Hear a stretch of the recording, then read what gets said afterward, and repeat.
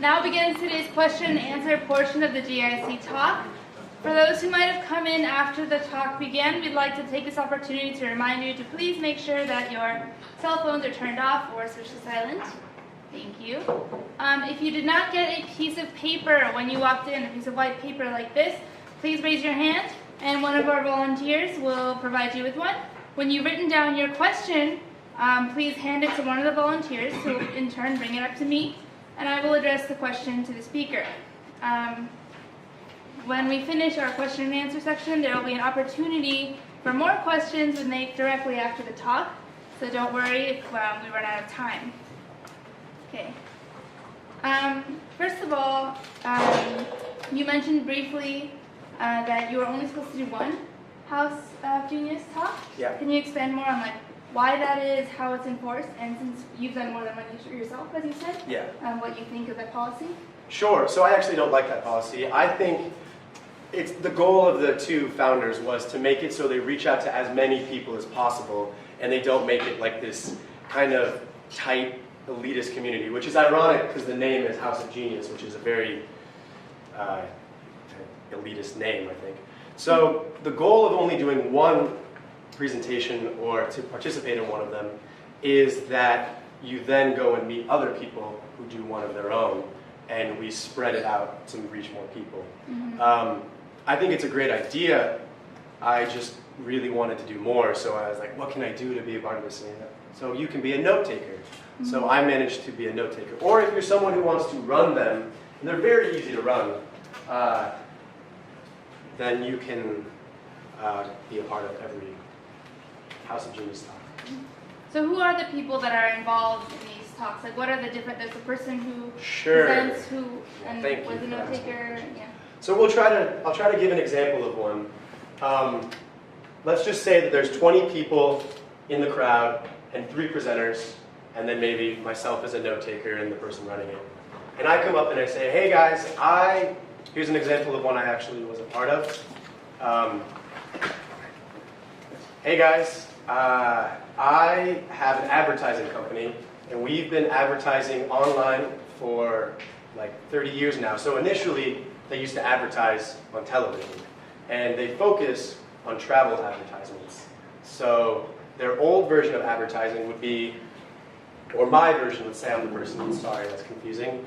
My version of advertisement used to be 10 minutes, like a 10-minute long video. But nowadays, people are losing focus, and we're losing customers. So back then, they could do a 10-minute video of why would I want to go to the Bahamas? Look at the Bahamas, it's beautiful. But now people's attention span is much shorter.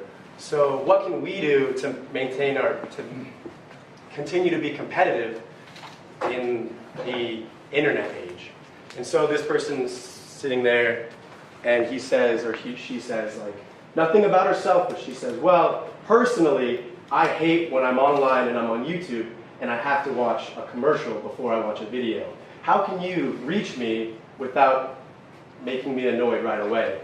And then, he'll say oh, that's a good point. Wow, very interesting.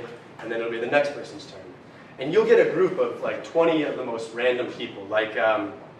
For instance, I always get excited at the end. At the very end, everyone stands up and says, so this is who I really am. This is where I'm from. And I was always excited because I was a college student at the time.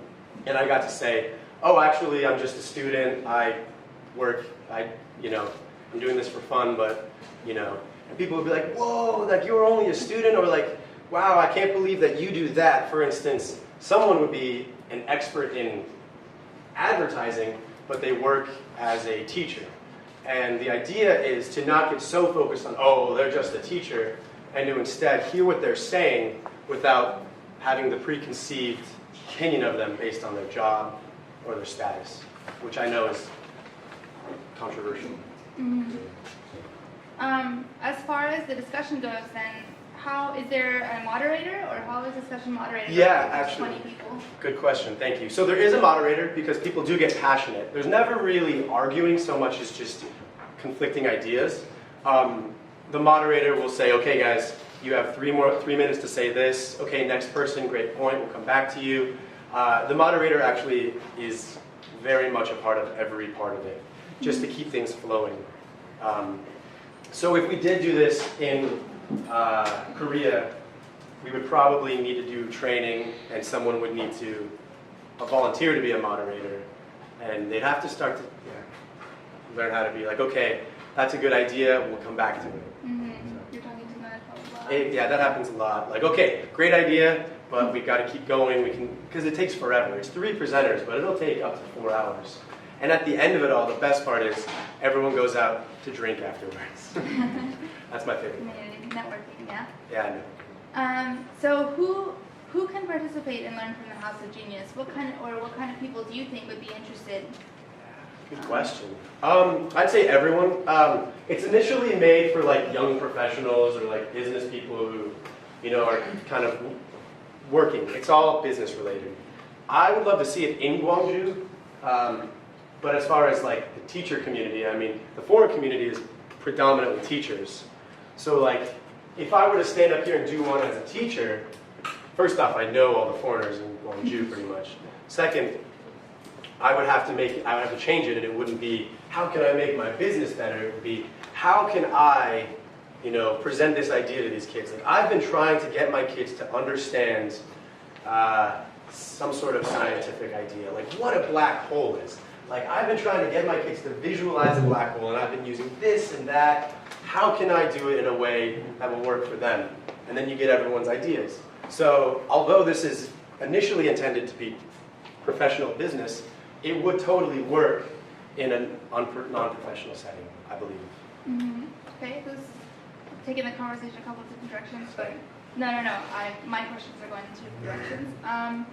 So relatedly, you said it's all about business. Do people without much knowledge or maybe interest in business still have a place at this event? Yeah, those are usually the best, I think, because that's a large, ambitious opinion. I think that when business gets too deep into it, people get entrenched in their own hang-ups, their own problems. Like, this didn't work out for me, so there's no way it can work out for you. And they might be doing a totally different business with a different plan. When someone comes in without any pre-existing like business ideas, it's better because they can be like, why not this? And the idea might be more far-fetched, but that's why you have 20 people there who can say, well, that's a good idea, but how is that profitable? How could you possibly make money doing that? And then the next person will say, well, it's surprising you say that. You can make money doing that. But, sorry, the question was, it's actually, I think that it's better when you get a good mix of non-professional people. I know when I was doing it, I tried to get my friend to do it too, and they wouldn't let us both be in the same House of Genius talk because, he's a 20-something, you're a 20-something, he's in engineering, you're in engineering, you guys are too similar. So they try to get as diverse a group as possible to get as many different opinions as possible. So, touched on this a little bit, but what do you think that maybe the House of Genius, perhaps modified, perhaps not, would work in Gwangju, and how would this become possible? Yeah, I've thought about that for a while now, and I think it would totally be possible. For it to be in English and a more international thing, the anonymity would be hard, because I know so many of the foreigners here, I feel, that it would be really hard. What we could do is one of 2 things. First one, I think, is do ones that are purely Korean. The entire one is run by Koreans, by Gwangju locals, for Gwangju locals. That would work. The other alternative is to bring people from different parts of Korea. So yes, we have it in Gwangju, but if someone that is an English-speaking person from wherever, from Busan wants to do it, if you come out, you're invited to come out, we'll buy you a drink afterwards. Someone from Seoul, if you want to come down, we'd love to have you, we'll buy you a drink. So I think you could do one of those 2 ways. Cool.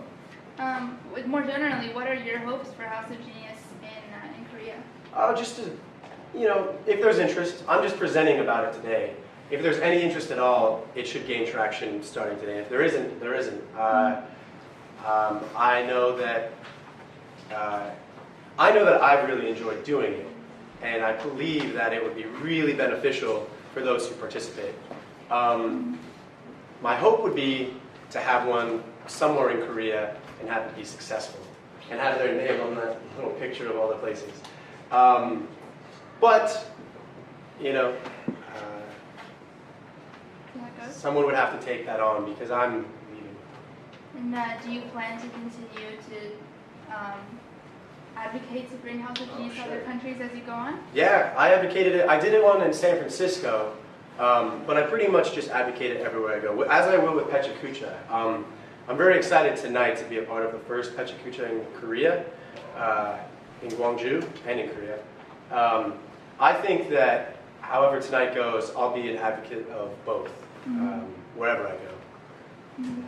What do the two events, Pechakucha, which is happening tonight, and House of Genius, which you presented on, have in common that draws you to them both? They're formatted. So someone gets to stand up there and have an opinion, but unlike talking to someone at a bar, there's a structure, so everyone has to adhere to a structure, so it helps move the conversation along in a way that it wouldn't be able to, you know, out at a park or at a bar. So, for example, Pechakucha is one guy standing there telling you everything they want to for 6 minutes and 40 seconds, or 20 slides, 20 seconds per. And that structure works because that person only gets to say so much before they have to change the subject, which prevents rambling, which I'm someone who rambles. House of Genius, it's a different structure, and that's why it's catered to a different type of presentation. Pechakucha is great for someone who's like, look at, this is something I love, like I'm really into, you know, downhill skiing. And here's 6 minutes and 40 seconds of why I hope you love downhill skiing too. And then, whereas, whatever this is, House of Genius is, hey, like this is something I'm working on, tell me what you feel about this. So they're totally different, and I mean, I'd love to see both in Gwangju, you know, on different nights and just see how they develop in their different ways. So in your experience with House of Genius, do you have any, like, what was either the most interesting topic, or do you have a funny story that you remember and would like to share? Tons of funny stories. Tons of, I mean, the most interesting thing is just hearing how much someone's ideas change as it goes along. Like, they come in here telling you about their company and have no idea that when they walk out, they have a completely different avenue to go down. Like, I was going to do this. I was going to invest a lot of capital in this type of advertising, but instead I'm going to do more grassroots this. So, like, I've seen a lot of them. So one example that was really entertaining is, in America, in the big cities, we have a lot of problems with, like, youth growing up and committing crimes. It's just inner city youth. They're called at-risk youth. They don't have a lot of money. Their family doesn't have a lot of money. So they go to school because the country, whatever, the local government pays for them to go to school. But the second that school ends, they just go home or they get into trouble. And they're called latchkey kids, which means like they take care of themselves the second they get out of school. And the guy's standing up there and he's like, right now it's a non-profit, but I want to make it a for-profit, and here's my ideas. And his goal was to get more and more of those kids to get into computer science specifically.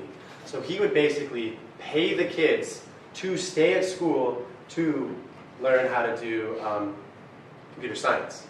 And the idea was, how do I eventually make this profitable? And the thing that it came around to, which I think is a really good idea, is if they actually get a job down the road, related to computer science, that company actually gets a percentage of it. So they're basically investing in the kid's future, and then they get 10% of the amount they make in the first 3 years, or whatever it does to make it somewhat profitable. So I thought that was a great idea. That's one of many. The lady that I showed you earlier was doing one on how do I make House of Genius bigger? I want to spread this to